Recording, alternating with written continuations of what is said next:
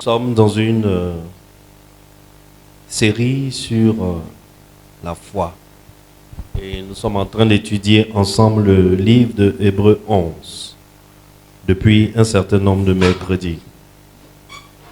Et nous nous étions arrêtés à Hébreux 11, 7, où nous avons longuement parlé de la foi de Noé. Nous avons essayé d'étudier la foi de Noé. Tu sais, il existe très peu de sujets aussi importants que la foi dans la vie chrétienne. En fait, la foi est l'ingrédient premier de la vie chrétienne. Et comme les destinataires de la lettre aux Hébreux, chaque jour, la foi d'un chrétien est mise à l'épreuve. Chaque jour. Chaque jour, tous les événements de la vie sont des tests.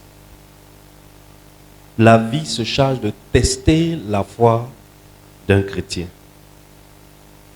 Et c'est pourquoi j'ai choisi que nous étudions Hébreux 11.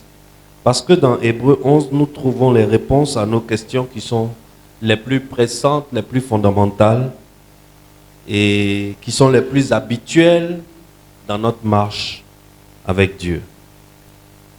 Alors, nous sommes rentrés dans le livre d'Hébreux. Nous avons vu qu'à la fin de Hébreux 10, l'auteur avait avancé un postulat. Le postulat selon lequel le juste ne vivra que par la foi. Et nous avons vu que, en réalité, tout le chapitre 11 de Hébreux n'est que l'illustration de ce postulat. Il a avancé un postulat et il a pris tout le chapitre 11 pour nous donner des illustrations sur des faits réels, des histoires d'hommes et de femmes qui ont existé, pour étayer le postulat de Hébreux 10, 39. Alors, aujourd'hui, nous allons continuer. Parce que lorsque nous avons commencé Hébreux 1, l'auteur ne nous a pas en réalité donné une définition de la foi, mais il nous a donné une description de la façon dont la foi se manifeste. Donc, Hébreux chapitre 11, verset 1 n'est pas une description de la foi. Hébreux chapitre 11, verset 1 est le mécanisme de la foi. Et la façon dont la foi naît, prend vie, et se manifeste, et se démontre, et se prouve. Ainsi, à partir de Hébreux 11, si je ne m'en abuse, à partir de Hébreux 11, 3 ou 4, il a commencé à nous donner des exemples précis. Il nous a donné l'exemple de Abel. Comment par la foi, Abel a vu la croix. Abel a vu la croix de Christ et Abel s'est conformé vis-à-vis de la croix par la foi. Ensuite, il nous a parlé de Enoch. Comment par la foi, Enoch s'est distingué des autres hommes qui étaient sur la terre et Dieu l'a localisé et Dieu l'a utilisé. Et à travers Enoch, par la sémence d'Enoch, Dieu s'est pris des rescapés pour la destruction. C'est-à-dire que chaque fois que Dieu veut détruire un système, il se met toujours à côté des rescapés, n'est-ce pas? Et ensuite, nous sommes arrivés au prochain personnage qui est Noé. Et nous avons longuement parlé de la foi de Noé. Aujourd'hui, nous allons lire Hébreux 11 à partir du verset 8 jusqu'au 17, peut-être même au 19. Et nous allons voir un autre personnage important dont la vie va illustrer la foi dont nous parle l'auteur de Hébreux. C'est ainsi que nous allons prendre ce soir Hébreux chapitre 11. Nous allons lire à partir du verset 8 à 19. Hébreux 11, 8 à 19. Je lis, tu suis avec moi. C'est par la foi qu'Abraham, lors de sa vocation, obéit et partit pour un lieu qu'il devait recevoir en héritage, et qu'il partit sans savoir où il allait. C'est par la foi qu'il vint s'établir dans la terre promise comme dans une terre étrangère, habitant sous des tentes. Ainsi Isaac et Jacob, les cohéritiers de la même promesse, car il attendait la cité qui a de solides fondements, celle dont Dieu est l'architecte et le constructeur. C'est par la foi que Sarah elle-même, malgré son âge avancé, fut rendue capable d'avoir une postérité, parce qu'elle crut à la fidélité de celui qui avait fait la promesse. C'est pourquoi d'un seul homme, déjà usé de corps, naquit une postérité nombreuse comme les étoiles du ciel, comme le sable qui est sur le bord de la mer qu'on ne peut compter. C'est dans la foi qu'ils sont tous morts, sans avoir obtenu les choses promises. Mais ils les ont vus et salués de loin, reconnaissant qu'ils étaient étrangers et voyageurs sur la terre. Ceux qui parlent ainsi montrent qu'ils cherchent une patrie. S'ils avaient eu en vue celle d'où ils étaient sortis, ils auraient eu le temps d'y retourner. Mais maintenant, ils en désirent une meilleure, c'est-à-dire une céleste.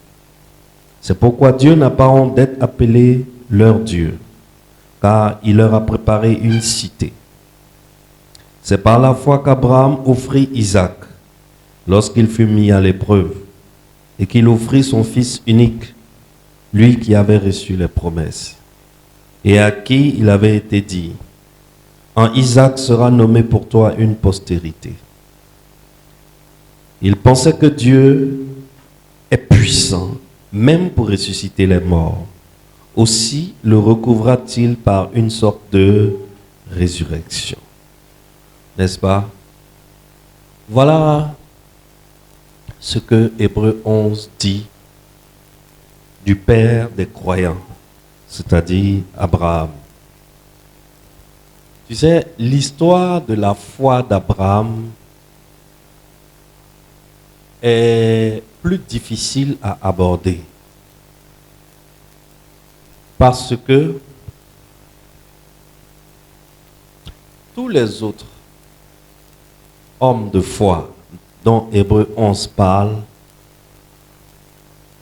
ont déjà vu Dieu à l'œuvre dans cette histoire de foi. C'est-à-dire qu'ils ont eu un prédécesseur qui a eu affaire à Dieu et à qui Dieu a demandé de la foi. Et ils ont vu comment Dieu s'est comporté. Ça veut dire qu'ils ont une référence lorsqu'ils agissent. Mais prends Abraham. Lorsque Abraham est appelé par Dieu pour une marche de foi, Abraham n'avait aucune référence. Il n'avait jamais entendu Dieu marcher avec quelqu'un et ayant laissé une trace à laquelle il peut s'accrocher pour dire « Ah, ce Dieu-là qui m'appelle et qui me demande des choses à la limite folles. » En général, quand il demande des choses folles, c'est pour aboutir à une bonne chose. Abraham n'avait pas cette référence. En réalité, je pense que tu dois t'imaginer Abraham dans son petit village, à Ur, en Chaldée. Abraham vivait ce ventilateur-là. Si vous voulez l'allumer, mettez-le sur 5. Sinon, il va faire un bruit qui va nous fatiguer. Ne le mettez pas dans les petits numéros. Et Abraham était dans son petit village à Ur, en Chaldée. Il vivait avec son père Téra et ses deux frères, c'est-à-dire Nahor et puis Haran. Aaron, lui, il est mort très vite en laissant un fils. Le fils de Aaron, c'est lui qui s'appelle Lot, n'est-ce pas? Lot. Quand on dit Lot est le neveu de Abraham, Lot est le fils du frère de Abraham. Donc, ce frère-là est mort vite. Donc, Abraham, disons qu'il passait le clair de son temps avec son père et son frère Nahor. Ce n'étaient pas des adorateurs du Dieu saint. Non. C'étaient des idolâtres, comme les peuples parmi lesquels ils vivaient. Et le frère de Abraham, même Nahor, était un grand sacrificateur et il avait une foule de dieux dans sa maison. La maison de Nahor était un autel à plusieurs divinités. Et si vous vous rappelez bien, Sarah était stérile. Sarah, la femme de Abraham, est stérile. Mais la femme de Nahor, elle a fait des enfants. Donc imagine, ils ont des dieux idolâtres, ils vivent parmi des gens qui ont une culture idolâtre. Ils ont un dieu pour chaque chose. Lorsque je faisais mes recherches dans les livres d'histoire, j'ai découvert même qu'un jour, il y a un livre d'histoire qui a relaté que Abraham a pris un gourdin et il est rentré dans l'autel de son frère Nahor et il a cassé toutes les statuettes des dieux païens qui étaient dans la maison de Nahor. Pourquoi? Parce que Nahor était venu voir Abraham avec une divinité à l'intérieur de laquelle il y avait une pâte façon là. Et Nahor proposait à Abraham de goûter, de manger la pâte et d'aller avec Sarah. Et il va voir que la divinité là va rendre Sarah fertile. Et Sarah va faire des bébés. Voilà un peu le contexte. Ce n'étaient pas des adorateurs du Dieu saint. Ils ne connaissaient pas l'Éternel des armées. Et Abraham était dans ce contexte-là, n'étant pas convaincu de l'utilité et de l'efficacité de ces dieux païens, un Dieu pour chaque chose, un Dieu pour le vent, un Dieu pour la pluie, un Dieu pour les femmes, un Dieu pour les hommes, un Dieu pour aller au champ, un autre Dieu pour revenir du champ, etc. Donc Abraham avait une attitude et il s'était un peu mis en retrait. Il voulait comprendre tout ça. Et en ce moment, vient vers lui la voix du Dieu très haut. La question que je me pose, comment Abraham, qui n'a pas une culture monothéiste, où il s'agit d'un Dieu unique qui gouverne toutes choses, je me pose la question, comment Abraham interagit avec cette voix? Parce que il n'y avait rien dans le contexte qui disposait les gens à cette nouveauté. Imagine Abraham qui va vers Terah, son père, et Nahor, son frère, qui leur dit: j'étais en train de perdre mes troupeaux dans le désert et j'ai entendu la voix de Dieu. Ils vont lui dire: quel Dieu? N'est-ce pas? Je prends mon temps pour te détailler tout ça, pour que tu comprennes la foi d'Abraham. Si tu as compris la foi d'Abraham, mon frère, l'homme ou la femme que tu vas devenir dans cette génération, on n'a pas encore vu. On ne l'a pas encore vu. Je te parle de quelque chose, c'est-à-dire, je suis en train d'étudier la foi d'Abraham, ça fait plus de 3 mois. Je suis en train d'étudier la foi d'Abraham. C'est-à-dire que je n'ai pas assez de temps pour vous parler. J'ai essayé de prendre des choses, mais je te mets dans le contexte pour que tu comprennes. Qu'est-ce qui s'est passé? Voilà, un jour, la voix de l'Éternel vient Et quand la voix de l'Éternel vient vers Abraham, que dit la voix de l'Éternel? Tu vois, d'abord, je n'ai pas un contexte monothéiste, je n'ai pas un contexte de Dieu unique très haut, créateur des cieux et de la terre. Et cette voix du créateur unique de toutes choses vient vers moi. Et au lieu de me dire des choses, on va dire, sensées et concrètes, voilà la première chose qu'il dit à Abraham. Allons dans la Bible, Genèse chapitre 12. Genèse chapitre 12, le verset 1. L'Éternel dit à Abraham, va-t'en de ton pays, de ta patrie et de la maison de ton père dans le pays que je te montrerai. Ah. Abraham doit faire quoi? Il doit quitter Ur.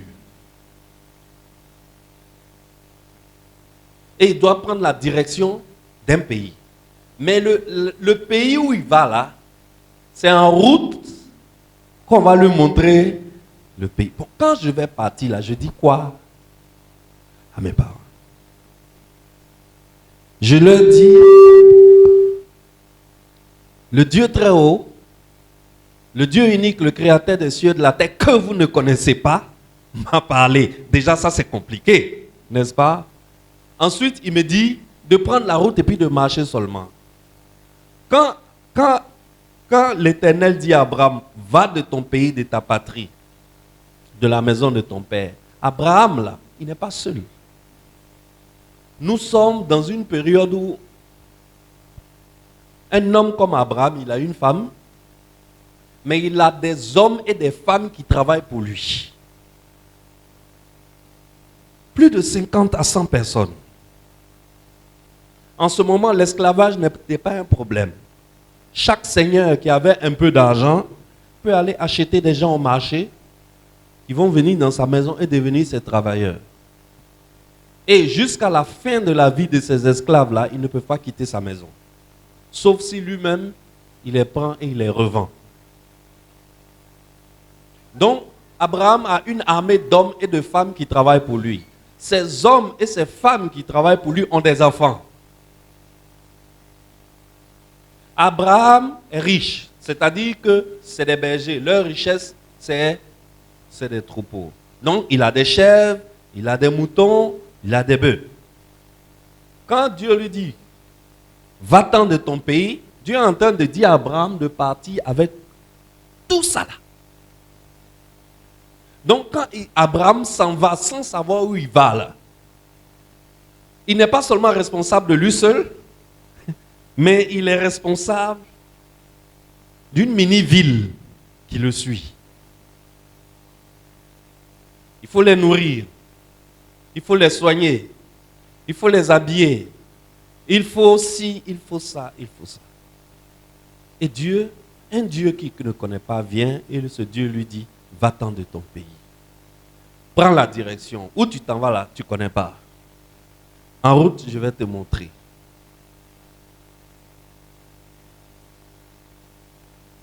La Bible dit qu'il partit sans savoir où il allait. Tu sais, la foi là, on sent qu'on est en présence de la foi lorsqu'il y a obéissance. Obéissance spontanée, obéissance aveugle, obéissance sans raisonnement. Obéissance sans raisonnement. Est-ce que vous comprenez? La foi produit l'obéissance, une obéissance spontanée, une obéissance aveugle, une obéissance sans raisonnement. Arrivés dans le pays qu'ils devaient recevoir en héritage, ils sont arrivés dans le pays. Dieu dit à Abraham qu'il va lui donner le pays. Genèse chapitre 12, verset 7. L'Éternel apparut à Abraham et dit, je donnerai ce pays à ta postérité. Et Abraham bâtit là un autel à l'Éternel qui lui était apparu. Voilà ce Dieu-là, jusqu'alors inconnu à Abraham, qui parle à Abraham. Abraham est tellement convaincu de ce qu'il entend qu'il quitte effectivement. Il quitte effectivement, Dieu l'emmène dans le pays. J'imagine la joie d'Abraham lorsqu'au détour d'une crête, sachez très bien que nous sommes en Asie. On est dans des environnements désertiques. Et Ur en Chaldée, même là, c'est au désert. Maintenant, Abraham doit se diriger vers la terre que Dieu lui a destinée, qui s'appelle, nous on sait comment la terre s'appelle, Canaan. Abraham arrive à Canaan. Vous connaissez Canaan. C'est une terre verte où coule le lait et le miel depuis toujours. Abraham arrive à Canaan. Au détour d'une colline, il tombe sur un environnement luxuriant. Beaucoup de cours d'eau, des forêts, des petites forêts, des groupuscules d'arbres, des arbres fruitiers qui ont poussé sauvagement, des animaux qui courent un peu partout, qu'on peut manger, etc., etc. Il tombe sur la terre selon le désir d'un homme normal. Imagine sa joie. Déjà, il a quelque chose qui peut fortifier sa foi. Et Dieu lui dit, cette terre-là, dont tu es si content, là, je te donne cette terre à toi et à ta postérité. Abraham a confiance en Dieu, il bâtit un autel. Il y a eu une discussion entre Abraham et son neveu Lot. Lot décide de quitter son oncle. Lorsqu'il décide de quitter son oncle, ils vont faire un partage des terres. Lot choisit la terre la plus belle, la plus luxuriante, la plus, comment on appelle, la plus, là où il y a beaucoup d'eau, là, comment on appelle ça? La plus arrosée, la mieux arrosée. Où il y a des chances d'être au beurre. L'autre choisit et il laisse le côté désertique à son oncle. Bon, c'est ton oncle qui l'a fait venir, hein? Mais on est dans un plan où c'est lui maintenant qui donne le désert à son oncle. Abraham ne s'oppose pas, mais Dieu va venir vers Abraham. Et qu'est-ce que Dieu dit à Abraham? Genèse chapitre 13, verset 14. L'Éternel dit à Abraham, après que Lot se fut séparé de lui, lève les yeux et du lieu où tu es, regarde vers le nord, c'est ça? Vers le nord, vers le sud qu'on appelle le midi, vers l'Orient et vers l'Occident. Car tout le pays que tu vois, je te le donnerai à toi et à ta postérité pour toujours. Hein? Une deuxième fois, Dieu vient et Dieu confirme la promesse à Abraham qui va lui donner cette terre. Lorsque Abraham était âgé de 99 ans, Dieu vient encore. Et Dieu lui dit encore une fois, Genèse 17, 4 à 7. Il lui dit, voici mon alliance que je fais avec toi. Tu deviendras père d'une multitude de nations. Et on ne t'appellera plus Abraham, mais ton nom sera Abraham, car je te rends père d'une multitude de nations. Je te rendrai fécond à l'infini. Je ferai de toi des nations, et des rois sortiront de toi. J'établirai mon alliance entre moi et toi, et tes descendants après toi, selon leur génération. Ce sera une alliance perpétuelle, en vertu de laquelle je serai ton Dieu et celui de ta postérité après toi. Je te donnerai à tes descendants après toi le pays que tu habites comme étranger, tout le pays de Canaan, en possession perpétuelle, et je serai leur Dieu. Voilà ce que Dieu vient donner comme confirmation à Abraham lorsqu'il avait 99 ans. Isaac est venu au monde. Isaac a 13 ans. Dieu demande à Abraham de lui donner Isaac. Après le sacrifice d'Isaac, qu'est-ce que Dieu dit? Genèse 22, 15 à 17. L'ange de l'Éternel appela une seconde fois Abraham dans des cieux et dit, je te le jure par moi-même, parole de l'Éternel, Parce que tu as fait cela et que tu n'as pas refusé ton fils, ton unique, je te bénirai et je multiplierai ta postérité comme les étoiles du ciel et comme le sable qui est sur le bord de la mer, et ta postérité possédera les portes de ses ennemis. Toutes les nations de la terre seront bénies en ta postérité parce que tu as obéi à ma voix. Très bien. Voilà plusieurs séquences dans la vie d'Abraham. Cet homme qui ne connaissait pas Dieu, à qui Dieu apparaît, que Dieu fait sortir de l'idolâtrie et que Dieu emmène dans un culte monothéiste. Et voilà la promesse que Dieu lui fait par rapport à une terre qu'il a découverte qui est belle et qui est luxuriante, qui est intéressante.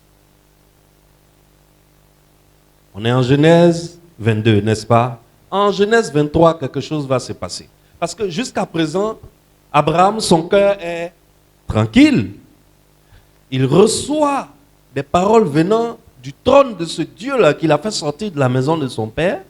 Il reçoit des confirmations que la terre où il est là, c'est pour qui? C'est pour lui. En Genèse 23, quelque chose se passe. Genèse 23, versets 1 à 7. Abraham se retrouve en Genèse 23 dans une curieuse situation pour quelqu'un qui est chef de terre, pour quelqu'un qui est propriétaire de terre. Quelle est la situation? La vie de Sarah fut de 127 ans. Telles sont les années de la vie de Sarah. Sarah mourut à Kirjat Arba, qui est Hébron, dans le pays de Canaan, et Abraham vint pour mener deuil sur Sarah et pour la pleurer. Abraham se leva de devant son mort et parla ainsi au fils de Heth.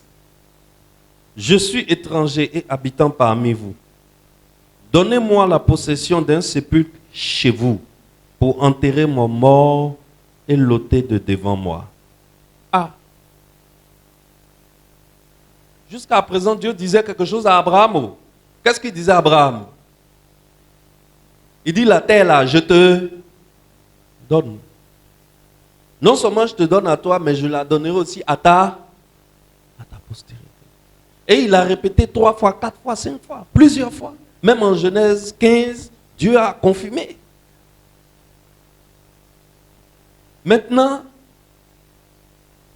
il y a un petit problème. Un tout petit problème. Sarah est morte. Elle est vieille. Elle est morte.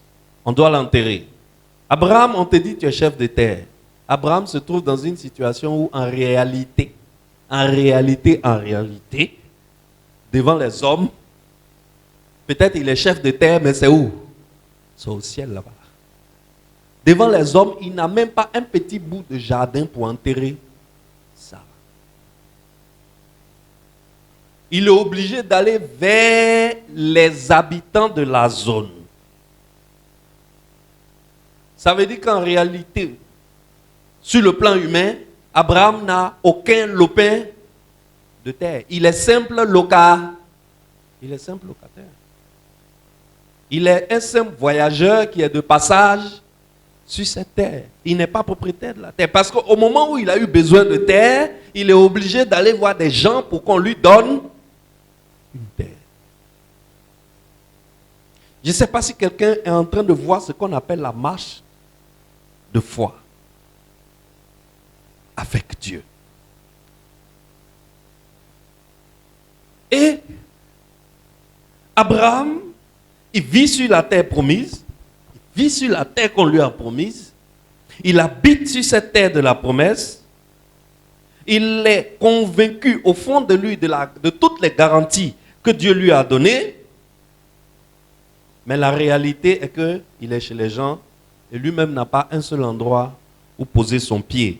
Regarde ce que dit Actes chapitre 7, versets 2 à 5. En Actes chapitre 7, versets 2 à 5, Étienne va relater un peu la vie d'Abraham aux Juifs. Il dit, le Dieu de gloire apparut à notre père Abraham lorsqu'il était en Mésopotamie, avant qu'il s'établît à Charan, et lui dit, quitte ton pays et ta famille, et va dans le pays que je te montrerai. Il sortit alors du pays des Chaldéens et s'établit à Charan. De là, après la mort de son père, Dieu le fit passer dans ce pays où vous habitez maintenant. Le verset 5, il ne lui donna aucune propriété en ce pays, pas même de quoi poser le pied. Mais il promit de lui en donner la possession et à sa postérité après lui, quoiqu'il n'eût point d'enfant. Excellence. Tellement Abraham n'a aucune portion de terre. Il ne possède rien, il est obligé d'acheter un terrain sur la terre qui lui est promise pour enterrer Sarah. Genèse chapitre 23, versets 16 à 19. Abraham comprit Éphron, et Abraham pesa à Éphron l'argent qu'il avait dit en présence des fils de Heth, 400 cycles d'argent ayant cours chez le marchand. Le champ d'Éphron à Macpéla, vis-à-vis de Mamré, le champ et la caverne qui y est, et tous les arbres qui sont dans le champ et dans toutes ses limites alentour, devint ainsi la propriété d'Abraham aux yeux des fils de Heth et de tous ceux qui entraient par la porte de sa ville. Après cela, Abraham enterra Sarah, sa femme, dans la caverne du champ de Macpéla, vis-à-vis de Mamré, qui est Hébron dans le pays de Canaan. Est-ce que ce n'est pas un peu incongru pour un chef de terre de ne pas posséder ne serait-ce qu'un bout de jardin pour enterrer sa femme? Dans quoi Dieu a mis le pauvre monsieur? Dans quoi Dieu a mis le pauvre monsieur? Le gars, il était tranquille chez lui. À Ur, en Chaldée, là, il aurait eu la terre pour enterrer Sarah. C'est évident. Maintenant, tu dis au gars, quitte. Quitte, parce que moi, j'ai trouvé une terre quelque part qui est mieux que où tu es. Viens, je vais t'installer sur la terre, je vais te donner la terre. Le gars arrive sur la terre, tu lui donnes la garantie que la terre où il est là, c'est pour lui. Mais au premier coup dur, où il a besoin d'un morceau de terre, il est obligé de sortir de l'argent pour acheter la terre. Waouh! Le pays est devenu ainsi la terre promise et Abraham, saisissant cette promesse, il est demeuré sur cette terre étrangère. Il a habité sous des tentes comme un étranger et un voyageur. Non seulement Abraham, mais aussi Isaac et Jacob, qui sont cohéritiers de la même promesse, à qui Dieu a renouvelé cette promesse. Ils sont restés sur cette terre comme des étrangers alors que Dieu leur a promis cette terre. En réalité, c'est que Abraham n'a rien reçu sur la terre, sauf une promesse concernant sa postérité. C'est ça qui est la réalité. Et voilà un homme que toi tu fais quitter chez lui pour l'emmener dans un business que tu estimes être meilleur. Et le gars, jusqu'à ce qu'il meure, il n'a jamais été propriétaire de terre. Il n'a jamais été propriétaire de terre. Mais que dit la Bible? La Bible dit Abraham attendait la cité qui a les fondements, de laquelle Dieu est l'architecte et le créateur. Ça veut dire que malgré cette situation où Abraham n'a pas été propriétaire en termes terrestres de terre, il n'a rien reçu comme terre à Canaan. Malgré cette situation, la foi d'Abraham comptait encore absolument sur Dieu. Parce que la foi d'Abraham s'est élevée vers des choses plus excellentes. C'est élevé vers des choses à venir. C'est élevé vers des choses spirituelles, célestes et permanentes. Mieux que des tentes humaines qui ne sont que pas très essentielles, pas très qui ne sont pas éternelles du tout. La foi d'Abraham l'a amené à s'accrocher plutôt à la promesse d'une cité qui a les fondements posés par Dieu lui-même. Une cité céleste dont Dieu est l'architecte. Alors, ça nous amène à définir la foi. Qu'est-ce que c'est que la foi de façon simple? Si on veut s'en tenir à cette histoire de Abraham, telle que je vous l'ai racontée jusqu'à maintenant, la simple définition de la foi, c'est fermer les yeux physiques et ouvrir les yeux du cœur. Est-ce que quelqu'un me suit? Parce que, en réalité, lorsque tu ouvres les yeux physiques, ce que tu vois autour de toi, là, c'est beaucoup. Et ce n'est pas rassurant, c'est très, très perturbant. Tu sais, dès que tu ouvres les yeux physiques, tu ne vois pas les réalités célestes. Ce que tu vois, c'est les choses terrestres qui te manquent. Tu ne vois même pas les choses terrestres que tu as déjà. Je ne sais pas si vous avez remarqué. Quand on ouvre les yeux physiques, les choses terrestres que Dieu t'a déjà données là, on ne les voit pas. Mais on voit les choses terrestres qui nous manquent. Et lorsque tu vois les choses qui te manquent, les choses que Dieu n'a pas encore faites, ce qui se passe, c'est que tous tes problèmes commencent à défiler devant tes yeux. Vrai ou faux? Et tu oublies que lorsque tes yeux physiques s'ouvrent et puis tu regardes la réalité de ta situation, le caractère compliqué de ta situation, les difficultés sans nom auxquelles tu fais face, tu oublies automatiquement que le fait qu'une chose ne soit pas visible ne veut pas dire que la chose n'existe pas. Tu oublies ça. Alors que cette chose existe bien, mais tu ne peux pas la voir avec les yeux physiques, tu ne peux la voir qu'avec les yeux du cœur. Le fait qu'Abraham n'est pas encore propriétaire de terre, au sens terrestre du terme, ne veut pas dire qu'il n'est pas le vrai propriétaire de cette terre. La preuve, toi et moi, on a eu la preuve après que c'est Abraham qui est le vrai propriétaire de cette terre. Puisque 430 ans d'esclavage plus tard, ils sont revenus et Dieu leur a donné la terre. Sur quelle base Dieu a donné la terre aux fils d'Israël? Sur quelle base Dieu a détruit les fils d'Anakim, les géants qui étaient sur cette terre? Sur quelle base Dieu a donné la force surnaturelle à son peuple de chasser tous ces Jébusiens, ces Hétiens, ces Éviens qui étaient sur la terre pour que Josué et son peuple puissent s'installer sur cette terre? Sur quelle base? Sur la base de l'alliance qu'il a fait avec Abraham.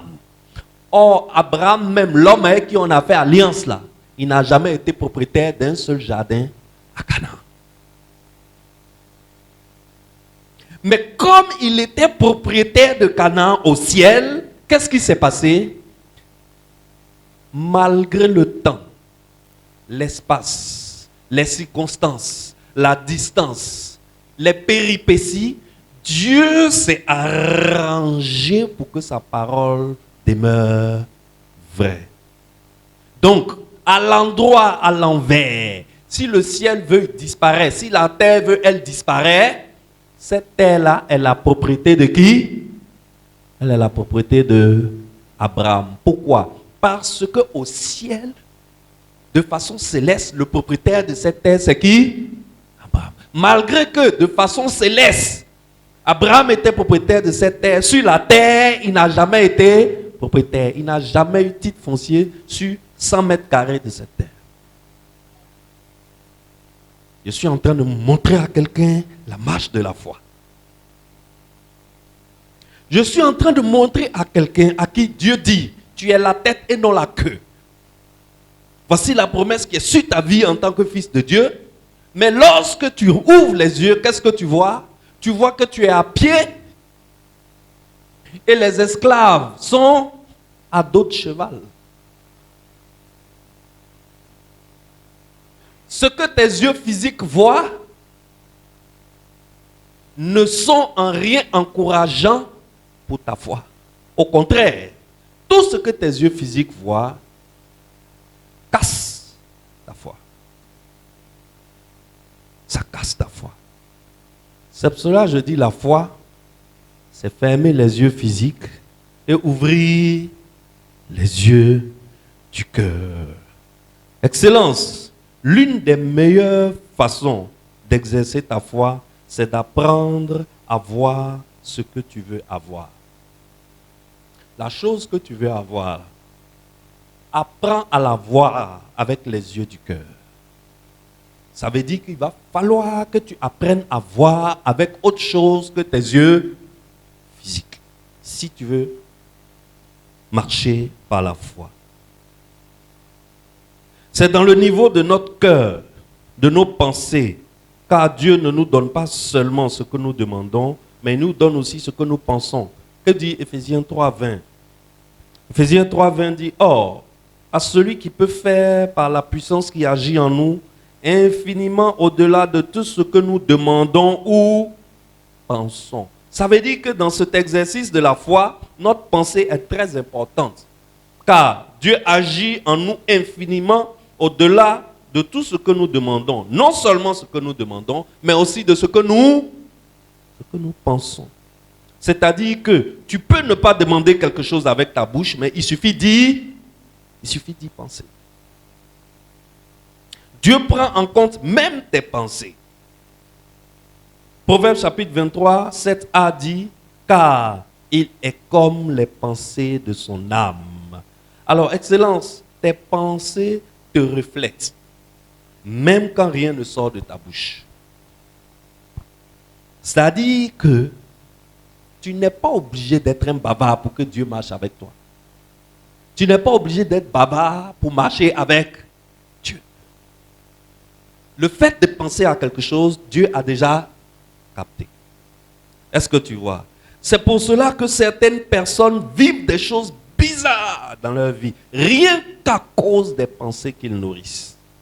Écoute, si tu passes ton temps à regarder des films d'horreur, c'est normal qu'il ne t'arrive que des choses curieuses et horribles.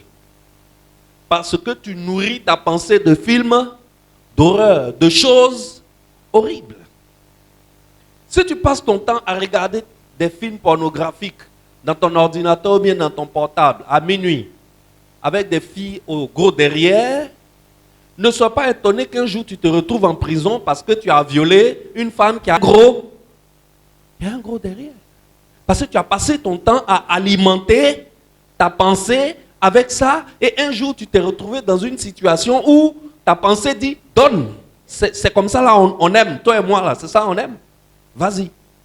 Et tu vas te retrouver bêtement enfermé en prison pour une histoire de ce que tu as pris pour nourrir ta pensée. C'est pourquoi, Excellence, il est important de méditer et de se nourrir de la parole de Dieu.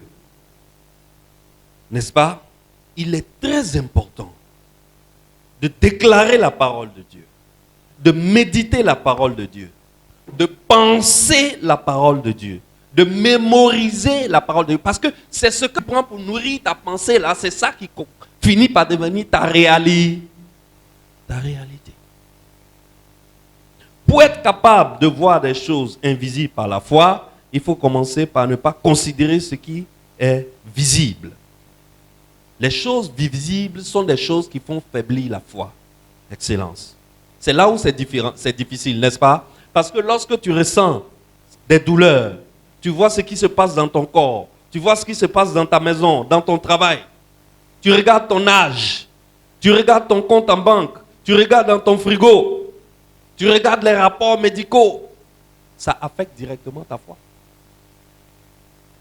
Ça affecte directement ta foi. La Bible dit que Dieu, le Dieu que nous adorons est Jéhovah Jireh.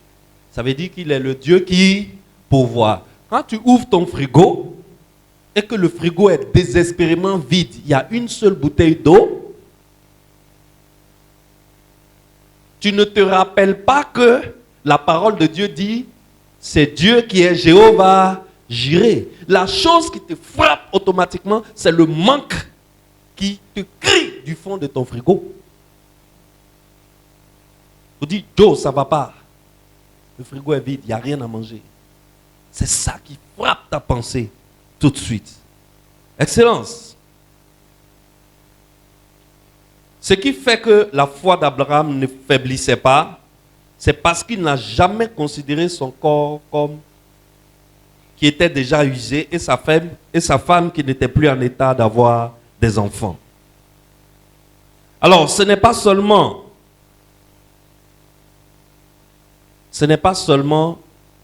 le fait de guérir Sarah qui était la préoccupation d'Abraham. La préoccupation d'Abraham, c'est que non seulement sa femme était stérile, parce que depuis Ur en Chaldée, où elle était une très belle femme, vous vous rappelez même qu'en Égypte, on a failli faire la guerre à cause de la femme d'Abraham. Elle est une très belle femme. Elle était jeune, belle, délicieuse, mais elle ne faisait pas enfant. Ce n'est pas maintenant où ménopause s'est ajoutée qu'elle va faire enfant. Voilà ce que la réalité dit à Abraham. Donc ce que Dieu devait faire pour que Abraham ait son miracle, c'est que non seulement Dieu devait soigner la stérilité de Sarah, mais il devait aussi faire quoi? Régler le problème de la ménopause. Bon, si aujourd'hui tu t'en vas te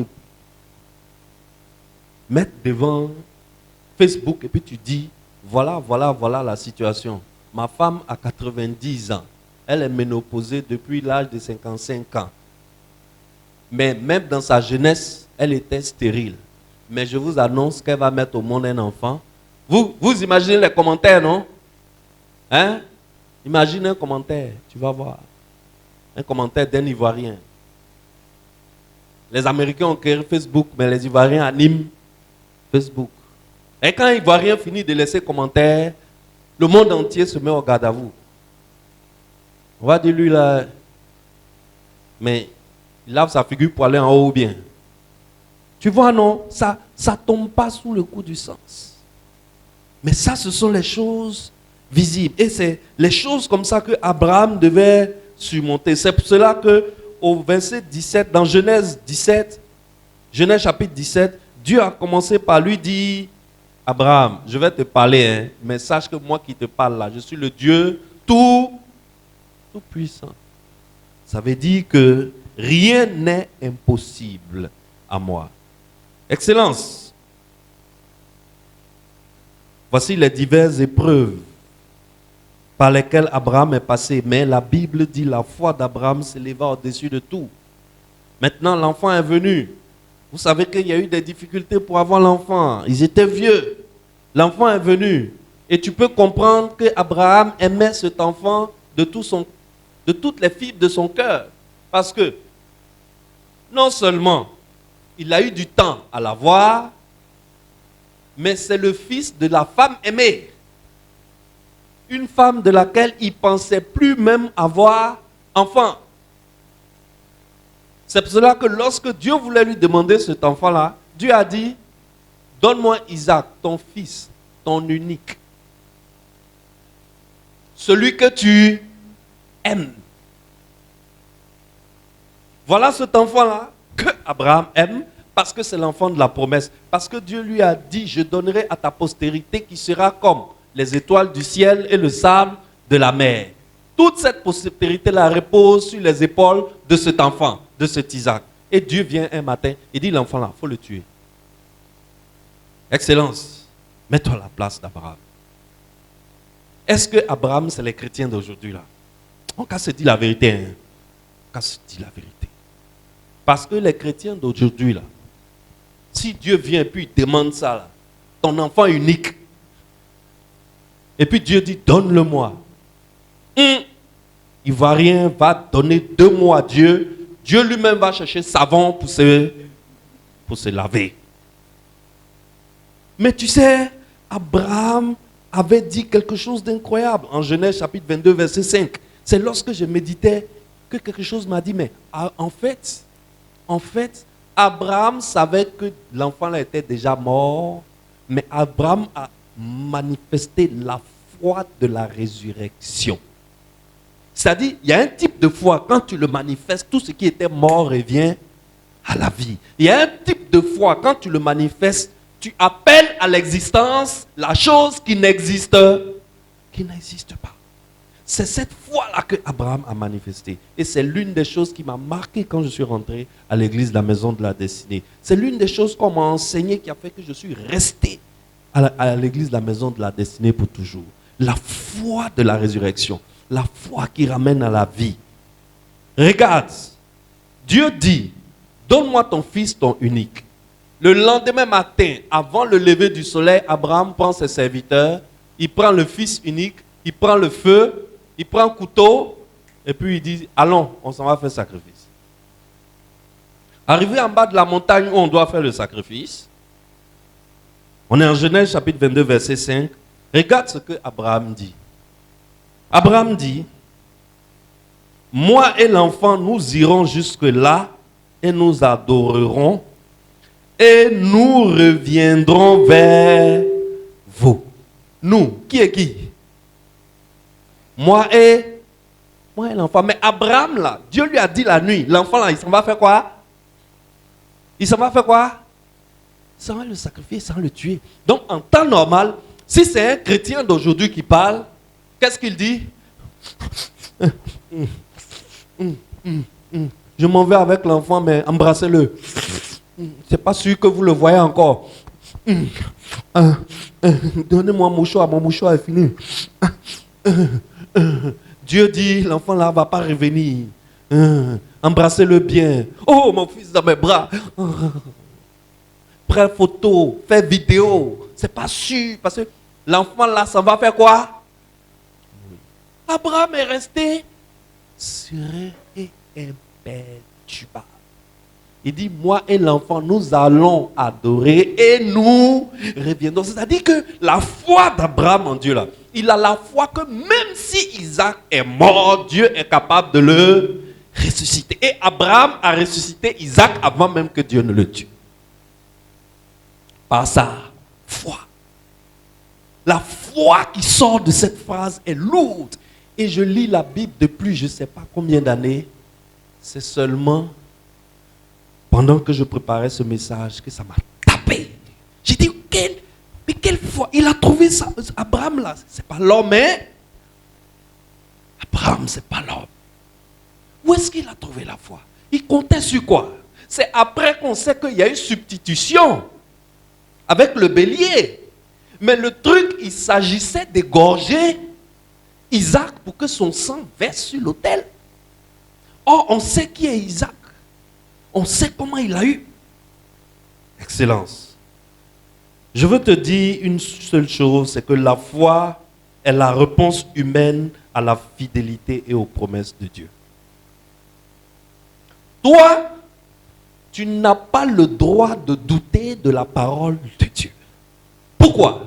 Parce que l'Ancien Testament et le Nouveau Testament sont remplis d'histoires de ce Dieu-là qui a appelé Abraham depuis Ur en Chaldée jusqu'à Charan et enfin à Canaan. Abraham n'avait pas de référence. Dieu n'avait jamais rien fait avec quelqu'un et puis on a écrit et puis Abraham a lu ou entendu. Mais regarde la foi d'Abraham. La foi d'Abraham est allée jusqu'à ressusciter Isaac, que l'Esprit de Dieu avait déjà immolé.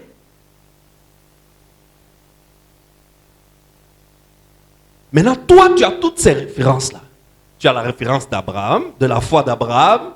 Tu as la référence de la foi de Noé. Tu as la référence de la foi d'Enoch. Tu as la référence de la foi d'Abel. Tu as la référence de la foi de Paul, de Jean, de Jacques, de Pierre, de la foi de Jésus lui-même. Homme fait Dieu. Tu as la référence de tous ces grands hommes de l'Ancien Testament. La foi de Rahab, la foi de Samson, etc., etc. Toi, tu as ces références-là. Excellence, tu n'as aucune excuse d'avoir une foi faible. Aucune excuse. Excellence, est-ce que tu attends quelque chose de Dieu? La Bible dit, nous marchons par la foi et non par la vue. Le plus grand gaspillage de notre temps se fait lorsque nous attendons de voir pour croire. Si tu te rappelles bien, Jésus a dit à Thomas, quand il s'est ressuscité, Thomas dit que tant qu'il ne voit pas, qu'il ne met pas son doigt, il ne croit pas. Jésus lui a dit, voici, tu crois. Mais heureux ceux qui auront cru sans voir. Excellence. Tu ne peux être heureux que lorsque tu manifestes la foi en ce Dieu. Hébreux chapitre 11. Lorsque nous avons parlé d'Enoch, je crois à partir du verset 3 ou du verset 4. La Bible nous dit clairement qu'il est impossible de lui plaire sans la foi. Tu dois donc te rappeler que quand ta vie est pauvre en foi, quand ta foi n'est pas solide, quand ta foi est faible, tu ne peux pas lui plaire. Et c'est là où beaucoup seront disqualifiés ce jour-là. Beaucoup de chrétiens, je ne parle pas des gens du monde, mais beaucoup d'entre nous, fils de Dieu, seront disqualifiés ce jour-là sur la base de la foi. Sur la base de leur niveau de foi. Qu'attends-tu de Dieu? Et que dit la parole de Dieu sur ce que tu attends de lui? Est-ce que tu commences à voir cette chose que tu cherches avec les yeux de l'esprit? C'est par là que ça commence. La chose que tu cherches, est-ce que tu la vois déjà? Est-ce que quand tu fermes les yeux là, tu la vois? Est-ce que tu commences à jouir déjà de cette chose alors que cette chose n'est pas encore existante dans le monde visible? Mais toi, tu vois déjà cette chose dans le monde invisible. Est-ce que tu arrives à appeler à l'existence ce qui n'existe pas? Ici, là, on n'est pas à l'université. À l'université, on raisonne, on calcule, on mesure, on regarde, on analyse. Ici, on croit. Point final. Que dit la parole de Dieu? Ce que la parole de Dieu dit, c'est ça qui est la vérité de ma vie. Point final. Quand j'ouvre les yeux, ce que mes yeux physiques voient, je sais que ce sera le contraire de la promesse de Dieu sur ma vie. Je sais. Donc je ne suis pas perturbé. Je ne suis pas perturbé outre mesure. Excellence. Regarde le parcours d'Abraham avec Dieu. C'est pour cela que je dis la vie de tous les jours est un test de foi pour nous les chrétiens. Chaque jour nous sommes testés sur la foi. Et chaque jour nous échouons parce que nous avons un niveau de foi faible. Regarde le niveau de foi de cet homme qui a ressuscité son fils unique, son fils qu'il aimait, rien qu'avec sa parole. Il a redonné la vie à un fils que Dieu avait déjà pris. Quel est ton niveau de foi? Qu'est-ce que tu attends de Dieu, fils de Dieu? Qu'attends-tu de Dieu? La foi d'Abraham, Romains chapitre 4, verset 18 à 21. Espérant contre toute espérance, Abraham crut, en sorte qu'il devient père d'un grand nombre de nations. Selon ce que lui avait été dit, telle sera ta postérité. Et sans faiblir dans la foi, il ne considéra point que son corps était déjà usé, puisqu'il avait 100 ans, et que Sarah n'était plus en état d'avoir des enfants. Il ne douta point par incrédulité au sujet de la promesse de Dieu. Mais il fut fortifié par la foi, donnant gloire à Dieu et ayant la pleine conviction de ce qu'il promet, que ce qu'il promet, il peut aussi l'accomplir. C'est pour cela que cela lui fut imputé à justice. Ça, c'est Abraham. Et toi? Voilà ce que la Bible dit de toi. Au Apocalypse chapitre 3, verset 12, notre dernier passage, il est dit, celui qui vaincra, je ferai de lui une colonne dans le temple de mon Dieu, et il n'en sortira plus. J'écrirai sur lui le nom de mon Dieu, et le nom de la ville de mon Dieu, de la nouvelle Jérusalem qui descend du ciel d'auprès de mon Dieu, et mon nom nouveau. Voilà ce que Dieu te promet. Voilà ce que Dieu te promet. Est-ce que ta foi capte ça? Est-ce que ta foi capte cette promesse? Est-ce que tu as l'assurance de ces choses célestes? Parce que sache que si la chose n'est pas céleste, elle ne sera pas éternelle. Mais si la chose est céleste, quelles que soient les péripéties qui arriveront, quels que soient les vents contraires, la chose se réalisera. Alors, attends-tu quelque chose de la part de Dieu? Entends bien ce que dit sa parole et ne faiblis pas dans ta foi. Est-ce qu'on peut prier? Est-ce qu'on peut se lever pour prier? Ne faiblis pas dans ta foi. Excellence, quelle est la promesse de Dieu pour toi? Quelles sont les promesses de Dieu pour toi? Qu'est-ce que tu attends de la part de Dieu?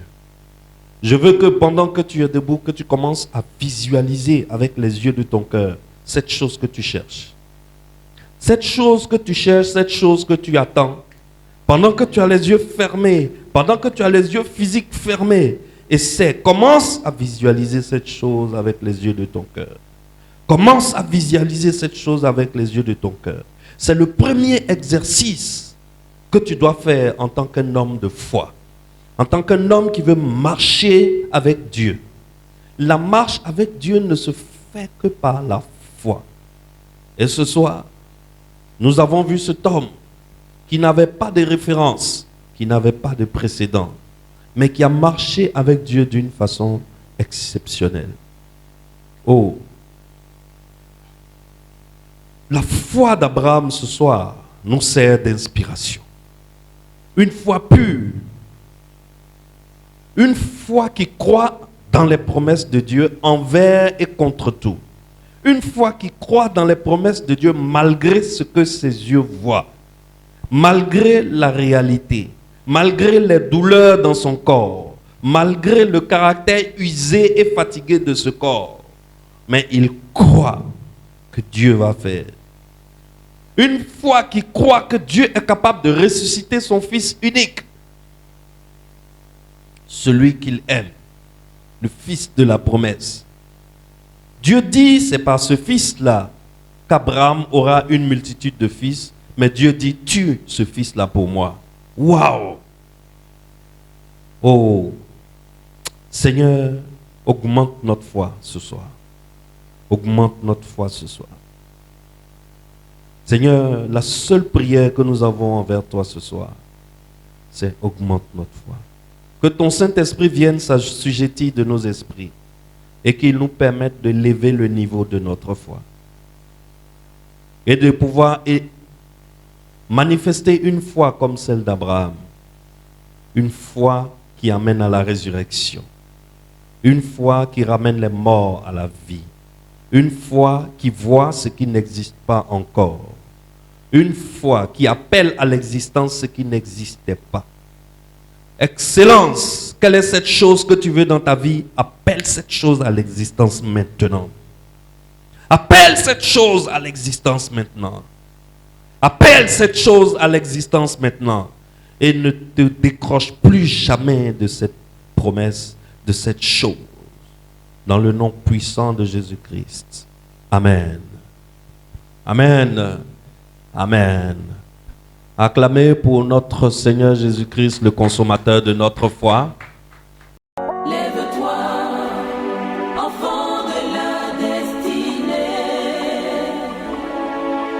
Lève-toi, taureau premier-né. Lève-toi, aigle